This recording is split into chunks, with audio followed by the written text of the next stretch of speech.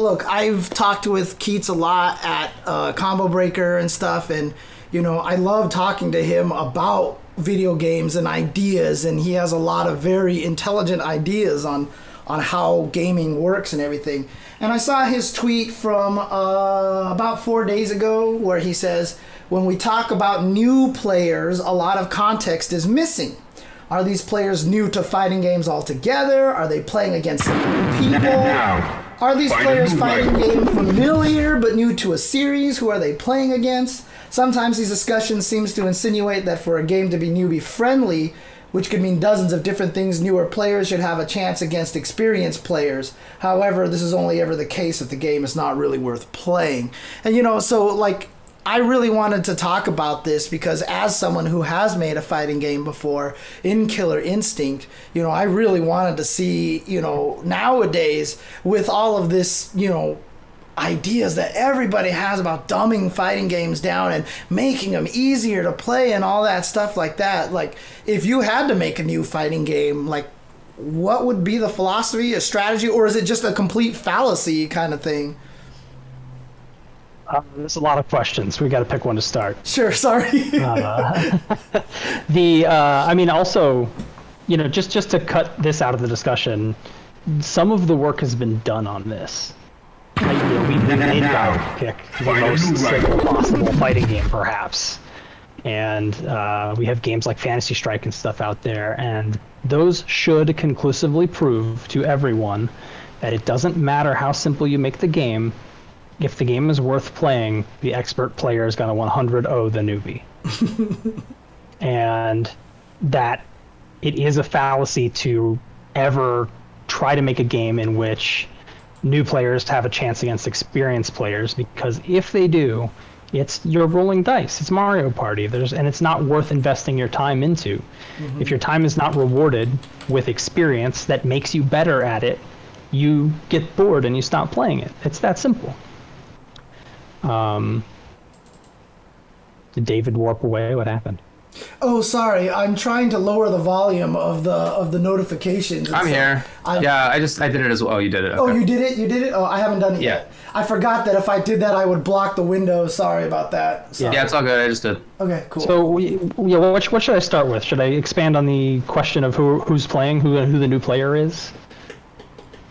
Well, let's put it. Yeah, go ahead. Just go start with that one. I mean, that's so I see so many people talk about, this is supposed to appeal to new players, blah, blah, blah. You can't say any of those things. I know it's hard on Twitter because of the character count, but you can't say any of those things with that little context, because are you talking about people who are new to video games? Are you talking about people who are new to fighting games? Are you talking about people who are new to this particular series of fighting game? Are you talking about people who are new to fighting games, but they've played other brawlers and beat 'em ups before? Are you talking about people who only play sports games? Who are you trying to get? And then who are they going to play against? Are they going to play against their friends who are of similar skill level? Are they going to play against more experienced people? So when you're talking about, is this game newbie friendly? Were these decisions made for newbies? You have to load it with the context of who this newbie you're talking about is, this mythical person. Are they in the target audience? And if they are, you need to be more specific than that. Like if I were making a game like Divekick, let's say, the target audience would include people who have never played a fighting game before. Mm-hmm.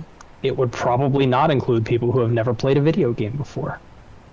So there's a lot of decisions you could filter through one of those lenses that wouldn't make it through the other. So, as a game developer, though, how do you handle that situation? Because fighting games, obviously this is a problem for every competitive game genre.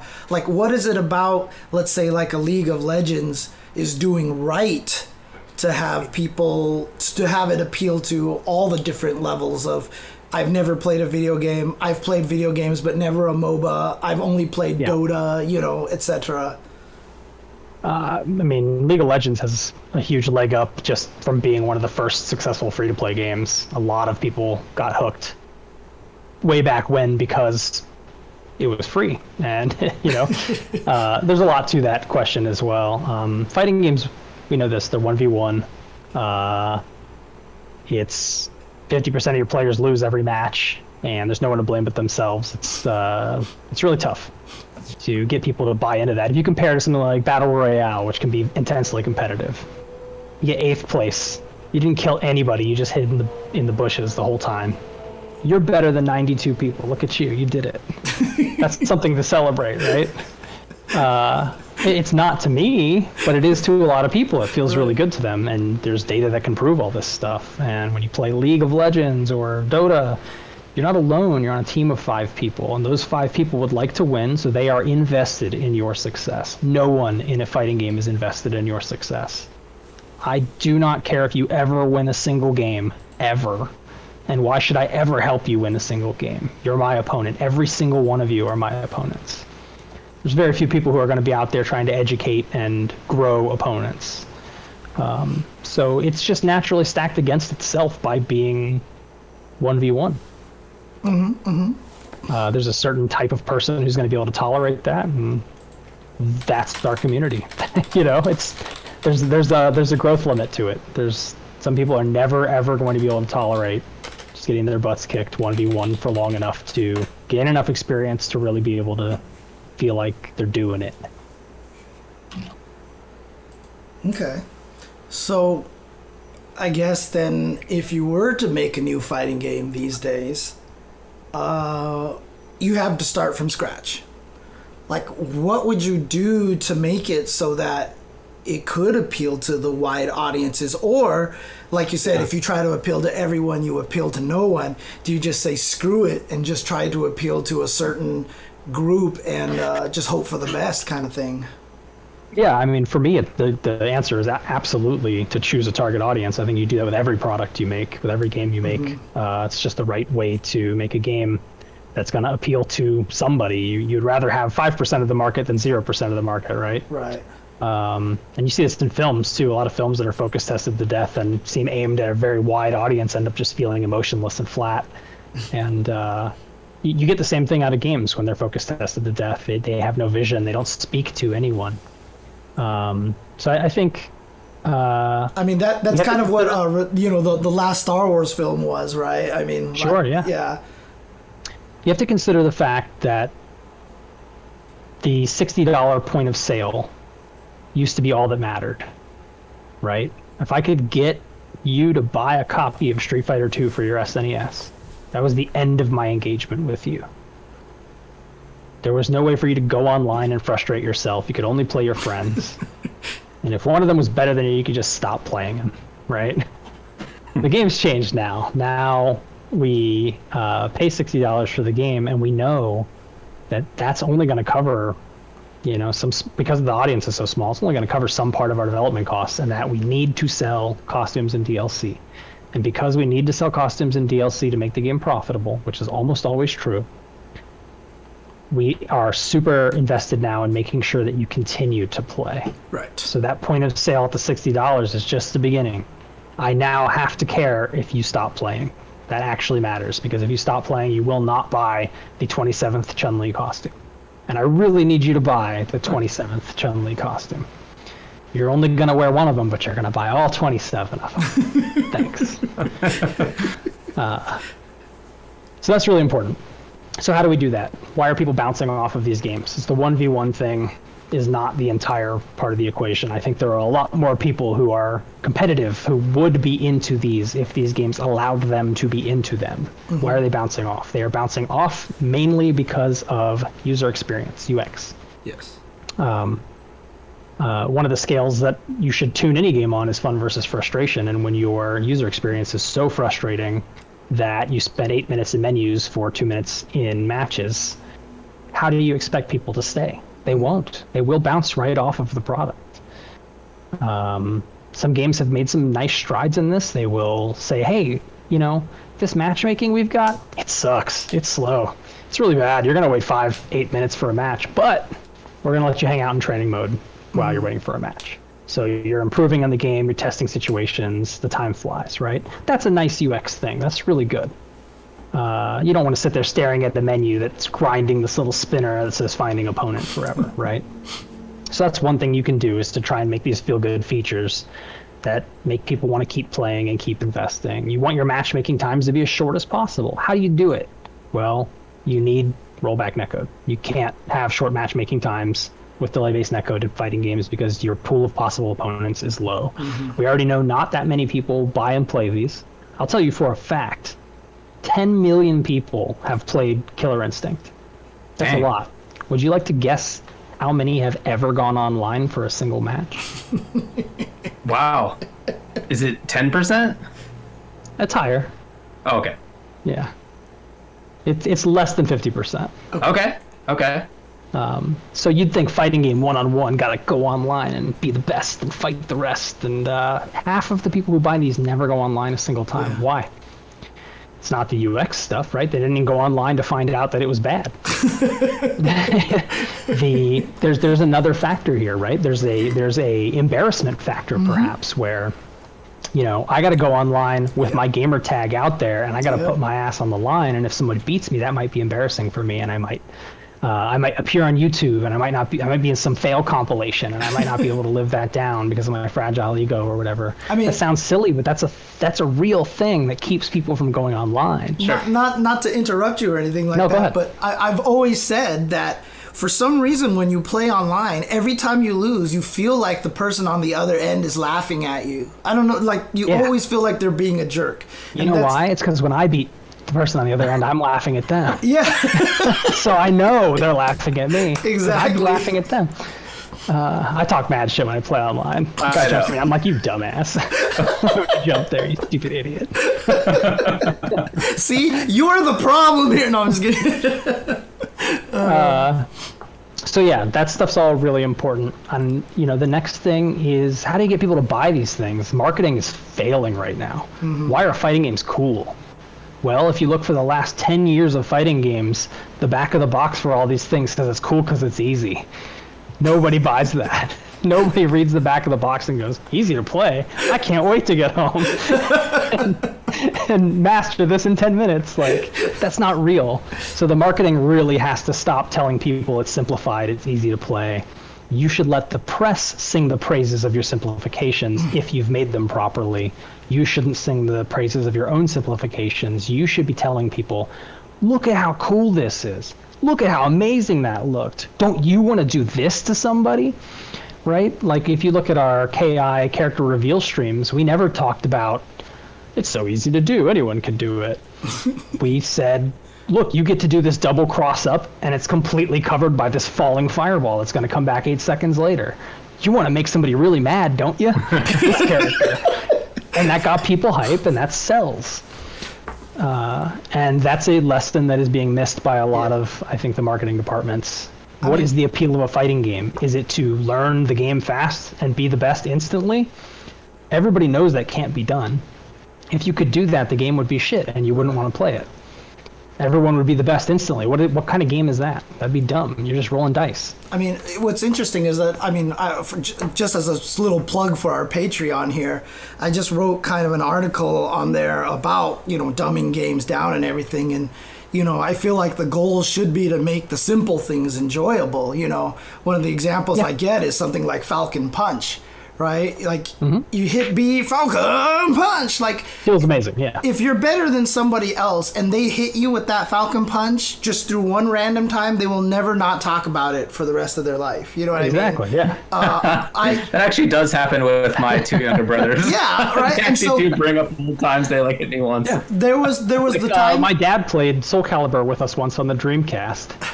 And didn't take it seriously at all. We were no good at the game. He picked Voldo. He played on the arcade stick, the Sega Age-Tech Green Goblin with his feet, and he beat one of my friends, and he still talks about it. So awesome. There was one time in Alpha 3, you know how like Rolenzo could bounce on his pogo?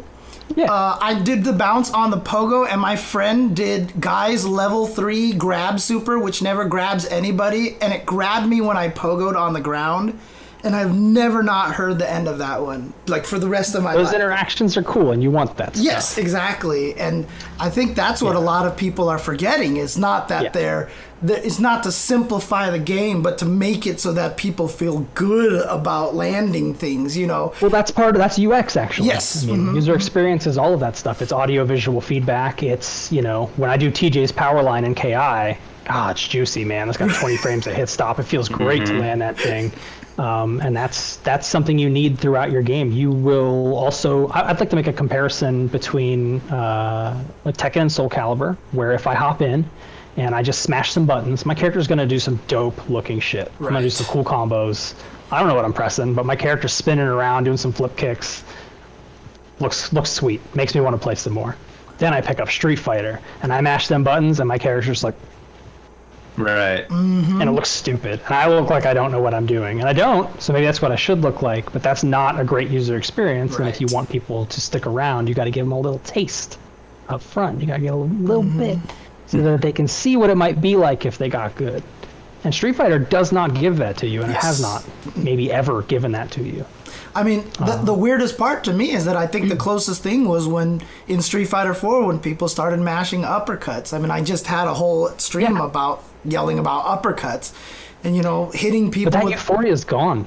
Like when Fireball was a secret move. Right, yeah. And you saw a Ryu player in the arcade accidentally throw a Fireball for the first time, and you both stopped playing and said, what the fuck was that? That was crazy.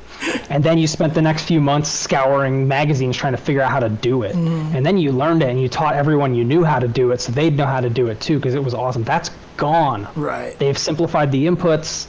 It's single button specials. It's not cool to throw a fireball anymore. Right. It's not. It doesn't give you that visceral feeling, that memory anymore. That's gone. They can't rely on that anymore. Dude, you have to do more. I still feel good doing stand light kick into SPD and Super Turbo because it's just that much harder to do. Sure, yeah. You know, I still get an emotional high every time I land that. And that's fair. So I think the next, after all that stuff, UX, low friction, low frustration, ensure your matchmaking is as good and as fast as possible.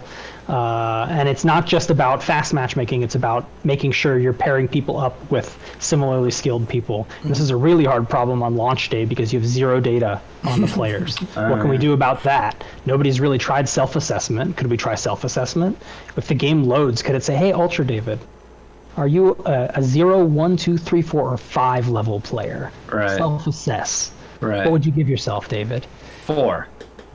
You're going to be playing against other 4s for the first week until we figure out what your real skill level is. Yeah. Simple, right? Nobody's really tried something like that. Some people are going to self-assess wrong. Some Dunning-Kruger idiot who has played fighting games for a total of 5 hours in his entire life is going to say he's a 4. Yeah. And he's going to fight Ultra David, and it's going to be real sad. But he chose that, so some of the agency is his, and it's kind of off of my shoulders. On the developer side. So that stuff's really important. And the low friction stuff also includes tutorialization. Everybody's like, oh man, the Under Night tutorial is just phenomenal. It's the best ever, right? And it does let me skip to the later lessons, if I know the basics already of how a fighting game works.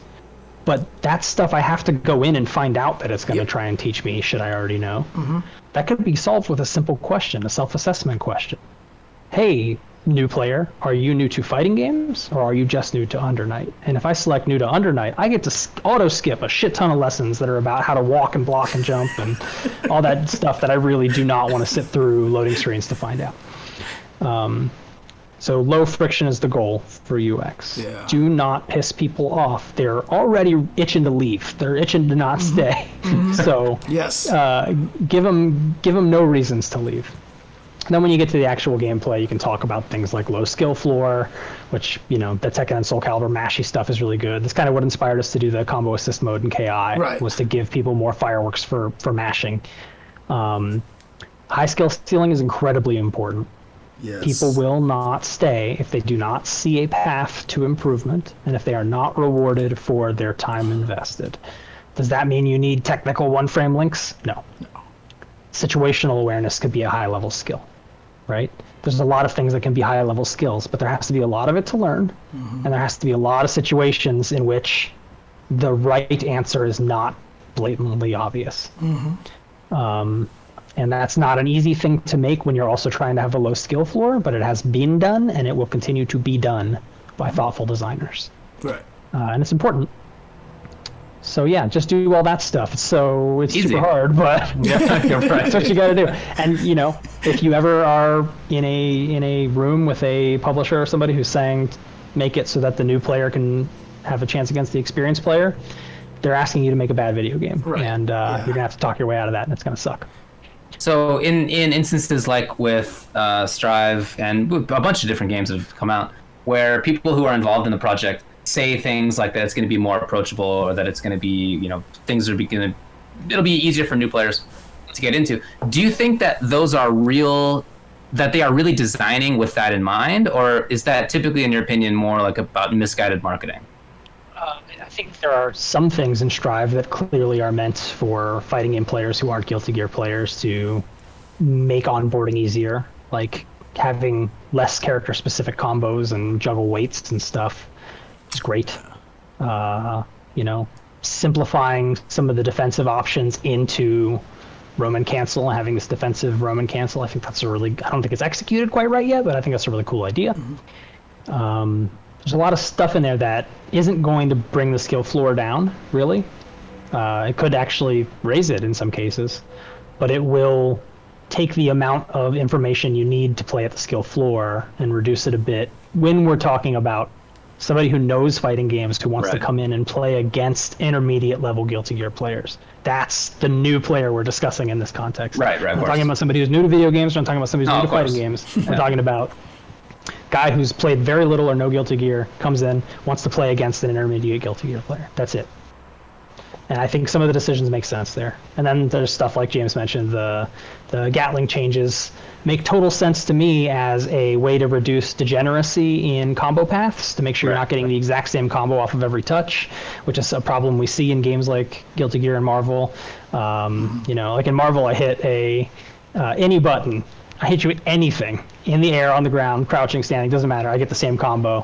And instead of if I start with a light, I get 100% damage. But if I start with a heavy, I also get 100% damage. So who gives me? Right.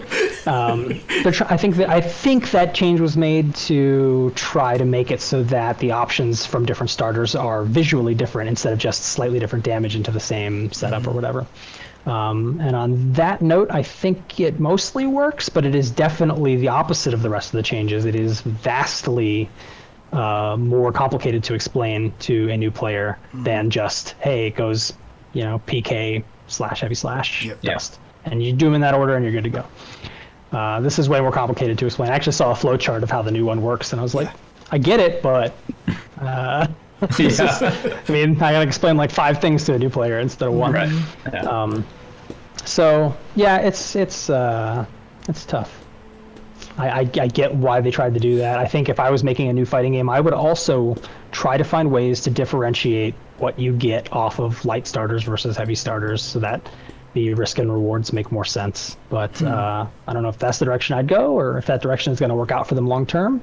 And like I said, I've only played like 12 matches and watched maybe an hour or so more online. So some of my opinions could be off on whether or not that's working either. Okay. All right. What do you got, James? What were some of the other questions I had there? Because you've kind of covered a lot of them. Just I think he did. By default over here. Yeah. I have some other notes if you want me to jump into them. Just chat. Yeah.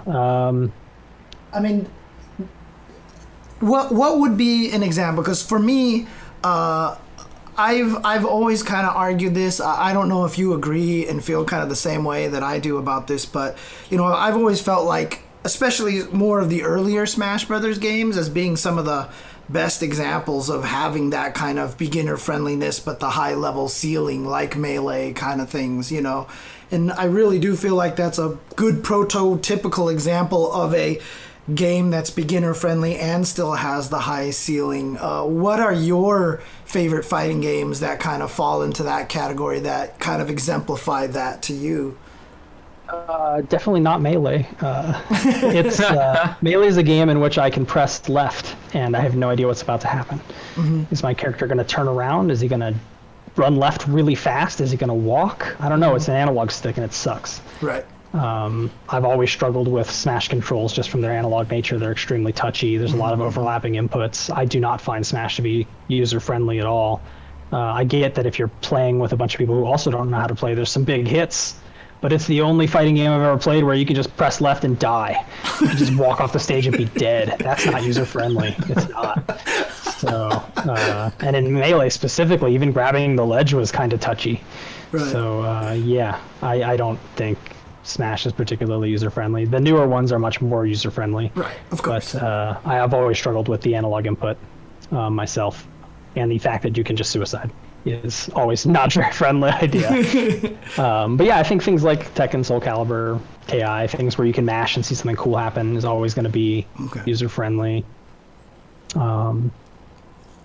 Yeah, I think clarity is really important. I think you want to avoid using a lot of tricks to make players feel like things were close. Like, I think guts systems are usually not great. I don't like that obscures information about the game's state and how much damage is left and how much has been dealt. And I mean, it's designed to make the match look closer. That's all it's for, is so that when I'm at 10% and David's at 40%, it looks like I'm at 15 and David's at 25, and that's just not what is actually happening. So that I can lose and be like, but I was so close, I'll get him next time. But you're being lied to, and I don't think that actually helps people learn. So, I mean, how do you balance that, though? I mean, obviously, with a lot of new fighting games these days, they've all got that AAA auto combo now, right? Uniclair has it, Dragon Ball has it, BB Tag has it. Will that become like the Fireball, where people just expect it and it's not cool anymore? I mean, so for something like Soul Calibur and Tekken, where you can mash and cool things happen, etc., how do you make sure that that's not strong? Or, like in KI, what was your system to make sure that that wasn't weaker than actually knowing what you're doing and manually inputting special moves? And AI is weird because the easiest combo in the game is the hardest hitting combo in the game by design, because it's also the easiest to break. So we have a huge leg up in designing a system like that, because we say, hey, the easiest combo in the game just got easier, but it's still just as easy to break, and it doesn't actually matter or change anything about your decision making. And it's actually pretty obvious when somebody's on combo assist and doesn't know how to play, because they are flailing in their combos and doing the same type of auto double special loop over and over, which makes them even easier to break. And I saw somebody on Twitter, I forget who it was, say that when you send people back to neutral more often, that favors the weaker player, and that is just not true. The intermediate player isn't going to have a better chance to win because he's in neutral more often with the stronger player. That's just not how it works. Well, if I may interject, because I kind of have stated something very similar, that I feel like when you set people back to neutral, I don't think it necessarily favors the newer player. It just fools them into thinking that they're playing more. They get to play again, yeah. Yeah, because maybe. I find that most intermediate players live and die on setups, on set play. I always hear they actually really don't want to be a neutral at all. Like, there was one point in time when Tekken 7 was a little bit newer, that a lot of people would play the game and they would be like, I like playing Tekken 7 because I know why I died in that game.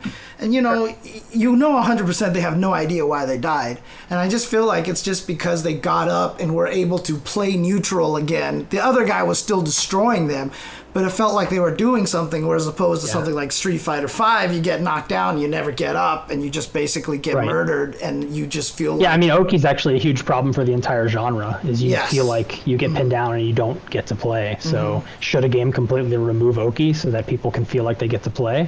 Well, the answer is that that's probably impossible. You have a game with discrete, you're in control, you're not in control states, like hit stun, block stun, and people will find a way to pin you down and make you very sad that you didn't get to play. If you make the knockdown shorter, people will find a way to exploit that. If you make them longer, people will find a way to exploit that.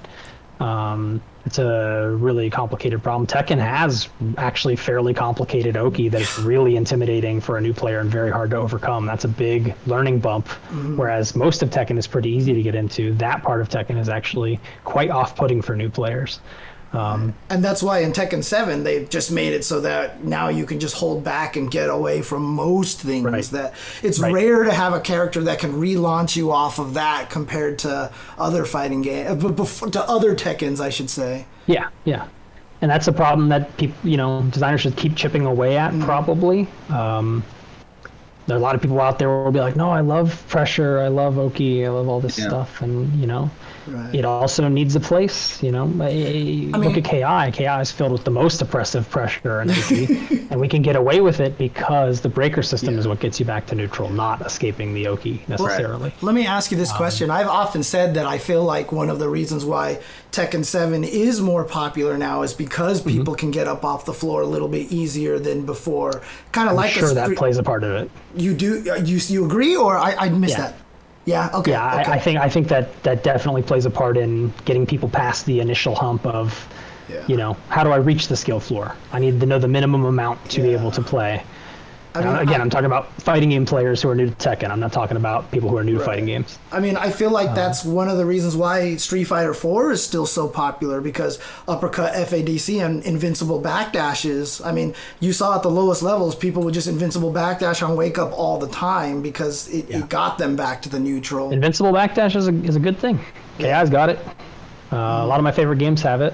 If your opponent makes a hard read, they get to mess you up. And if they don't, then you tend to get out and you're back to neutral, where you'll probably lose again if you're the worst player. Yes. So exactly. That's all good. I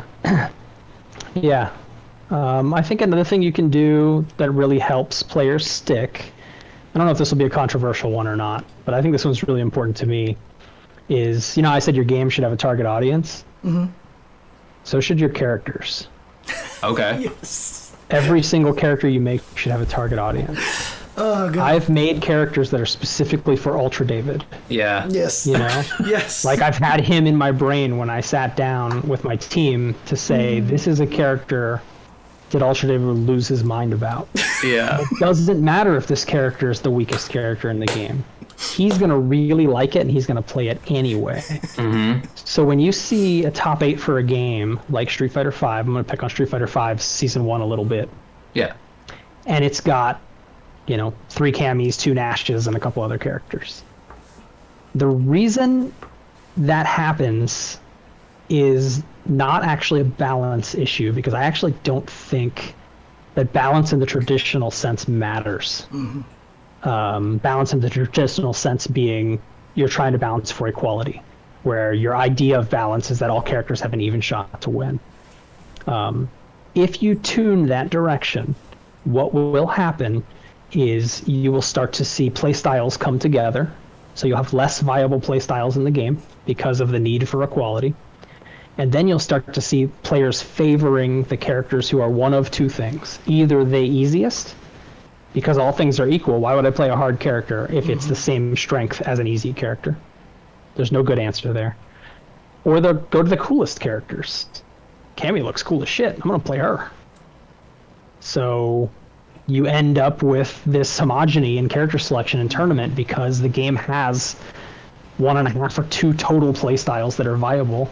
Yep. And there's 2 characters who are easier or cooler than the other ones. Yeah.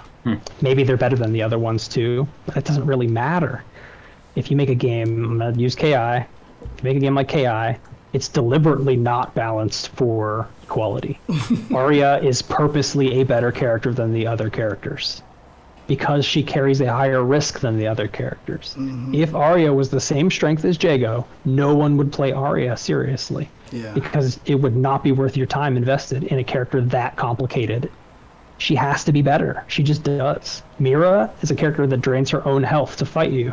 She has to be one of the best characters in the game. If she's not, no one will play her. Characters who are really frustrating to fight against, who might make people quit the game, like Aganos. That character has to be weaker on purpose. Yes. If he was as strong as Jago, no one would be playing KI today. Because Aganos would make them all quit because that character sucks to fight. And there are like 2 or 3 really good Aghanos players out there today, and when you fight them, you're gonna be like, God, I hate this. This sucks.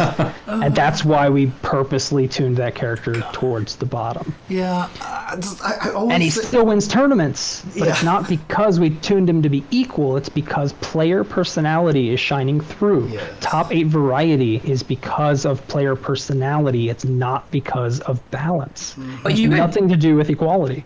The game is definitely also reasonably well balanced for equality. There, I don't, maybe. I mean, I just don't want you to sell yourself short on that because it is actually pretty good on that. The scale I tune there is risk versus reward, and again, that's a question you should be asking yourself on every decision you make. And it's like, okay, maybe a jab is low risk, but it has medium reward. Is that bad? It should be low risk or reward. No, that's not bad as long as it is consistent throughout the game. Yeah. If all characters get low risk, medium reward off jab, that's a balanced thing. If a character does not, then you have to justify why, right? So like, maybe a character like Conra gets way, or Arbiter's a better example. Arbiter gets way less off of his jabs than other characters. That would not be a balanced decision unless I could justify it by saying, well, Arbiter can do all these other things that require a weakness, you know? Right. And like I said with like Arya and Mira, their risk is higher, their reward has to be higher. Right. I think if you just holistically look at your game in terms of that, things end up in a decent place, and you really only have to worry about extreme outliers like early on, Sidira versus Aghanos was like a 9-1 for Sidira.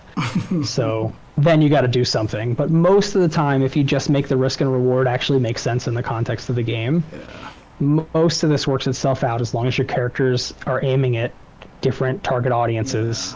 You're going to see the diversity you want out of your game. People are tuning towards balance because they want diversity. Let's make no mistake about that. They don't actually want the characters to be equal. They want to see a variety of characters when they look at the game. That's why they're tuning that direction. They will not get it by making the game equal. Right. They will get the opposite. We've seen it almost every time. They make it worse. You get less character variety in most cases. I mean, for me, if you give the characters different target audiences, I mean, look at a Guilty Gear top 8 for Xrd. There's a huge variety there, and that game is not particularly known for good balance. Elfelt's a monster, etc., etc. But the character personalities are so all over the place and really aimed at different people. The personalities have to shine through. People become so addicted to the type of game plan that they wanna do, and they're gonna pick the character that lets them do it. You know. There are people out there who are just going to play Venom for their entire lives, and that's a complicated character, and it's not for many people, but you see that in a top 8, and it's just like, this is awesome. grr, peppery slash. Yeah, so you want to make characters as powerful and as fun as you possibly can without breaking the frustration line that makes people quit. So, I mean, that's it. Just do that. Although I do believe Street Fighter V's gotten better at it during the course of the 5 seasons that we've had. You know, it's always been my complaint. You know, that's why I'm so, you know, arguing for give some people invincible uppercuts, make somebody have a safe sweep. Why not? I'm going to argue that they still don't get it, but that they've added more play styles to the game that are valid that weren't there in seasons 1 and 2, and that is why the variety got better. Yes. The variety got better because player personalities get to shine through now, definitely. and in seasons 1 and 2 there were, like I said, 1.5 or 2 valid play styles, and the people who were winning with those play styles were picking the easiest or strongest characters. And now you have, I don't know, there's like 5 or 6 valid play styles. There's some more interesting characters in the game, so for sure. you see a lot better variety. So I don't know. This is my experience. I could be wrong on this stuff, but the more I work on this stuff, the more I feel like balancing for equality is a fool's errand and actually usually gets you the opposite of the result you want. And you should be looking to, I call it balancing for harmony. That's what you want to do. I know it's silly. No, I love it. It's you want to create a harmonious game state in which a lot of players can find their fun. You sound like we're not Gil all looking here. for the same fun. And that's how you get the variety you're looking for. Sweet. It's like I said, you sound like you're the Gil of fighting game developers now. I balance for harmony. Become a part of me. That's stuff I know. But yeah, I think that's really important. I think fighting game developers really need to think about target audiences for characters more. And I'll see whole games still coming out. I think Tekken is kind of guilty of this too. Yeah. Most of those characters seem like they're for the same person. Yeah. They're really very similar in play style. There's lots of nuance, right? But there's only a handful of valid play styles in Tekken, and if you love Tekken and you love that play style, that's awesome. But there's a limited reach to that kind of thing, right? I mean, that's the biggest reason that I have not picked that game up. And to the extent that I were going to play a 3D game or a Namco game, it would be Caliber, because I feel like there is a character that does what I want to do, and there are characters that do the opposite of that, and the difference of play styles is, to me, really important.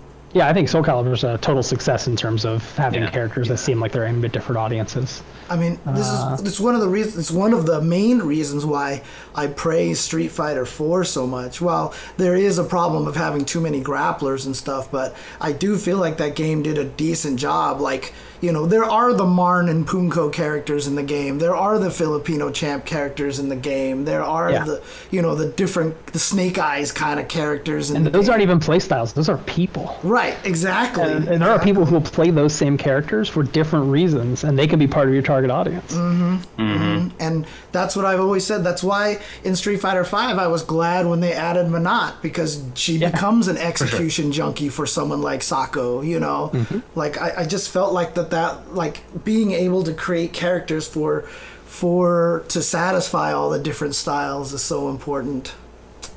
Yeah. Adding a character that feels like a breath of fresh air because it's something the game was desperately missing is not something that should need to happen. The game shouldn't be missing core play styles from the beginning. Those should be part of your day one design or your season one design as best as possible to cover as wide of a group of people as you can. I mean, David and I was about to say, David and I have always said, imagine if Street Fighter 4, like, Season 4 was the first season that came out, man. It would have been better received. Yeah. SF5? Yeah, for sure. Sorry, what were you saying, David? Yeah, we would have skipped the whole rootkit thing, so that's cool. That would have been nice as well. Too silly. Well, look, we've had you here for quite a while now. Is there anything else that you'd like to talk about? Open-ended, whatever. What do you want to talk about? Open-ended. No, I think I got through most of my notes. Okay. Well, so what new project are you about to announce live in front of the world for the first time at Ultra 10 TV? You'll be sad to hear that neither of the two projects I'm working on are fighting games. Oh. They are competitive, but they are not fighting games. And I am absolutely in love with both of them, and I hope they can find their way to market, because I think that they're really special. But for now, they stay in the dark. Okay, no problem. But sounds good, man. My final plea here is, like, I kind of already made the play for it a little bit earlier, but if you ever do make another fighting game and you want someone to help combat design, just let me know. Will do. I do want to make more fighting games. That is something I want to do. I've got some ideas for a Dive Kick sequel. I would love to do a One Piece or a Marvel fighting game. I think I could knock those out of the park. Nice. Awesome. Yeah. Well, I hope you're staying safe and everything's going all right otherwise. Yep, staying inside, having groceries delivered, and nice. Washing my hands a lot. So cool. I like your house back there. You got nice wallpaper. Mm-hmm. It's not a large place, but it looks nice. Yeah, this is the whole thing. That's the whole thing. Yeah. Oh man. Now the house is messy, so I pulled my shogi screens from my windows and moved them behind me, so you couldn't see the horrible mess behind me. Dang, that's a lot of work. Oh man. But I appreciate you having me on. It was really fun. And, dude. I hope people, even if you don't agree with what I said, I think it's a cool discussion to have. Yeah. And I think players and commentators can actually be a lot better about how they think about game balance as well, and how we present it to impressionable people and how we discuss it. And maybe some of the thoughts I shared here will inspire some bettering in that area. Sounds great. Cool. No, honestly, thank you for coming on it was here. very interesting. Like I said, I always like talking to you about your ideas with the way games are designed and stuff. So it's always a fascinating discussion. So really thankful that you had time to come on here. So Nothing but time, man. I'm trapped in my house. Yeah, I was gonna say, wow, how generous. Your limited time to. No, seriously, know. Time is yours.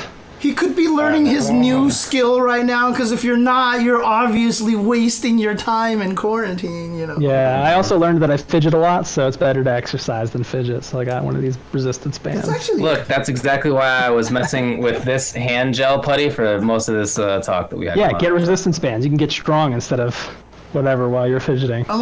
Dude, I now do I have this I feel like a believe it. lazy bum here because I didn't have any sort of like fidgety, exercisey thing, man. All right, well, let's get moving. Sure. Cool, guys. Thanks again. All right, good thank night. you very much. Bye. Have a good night.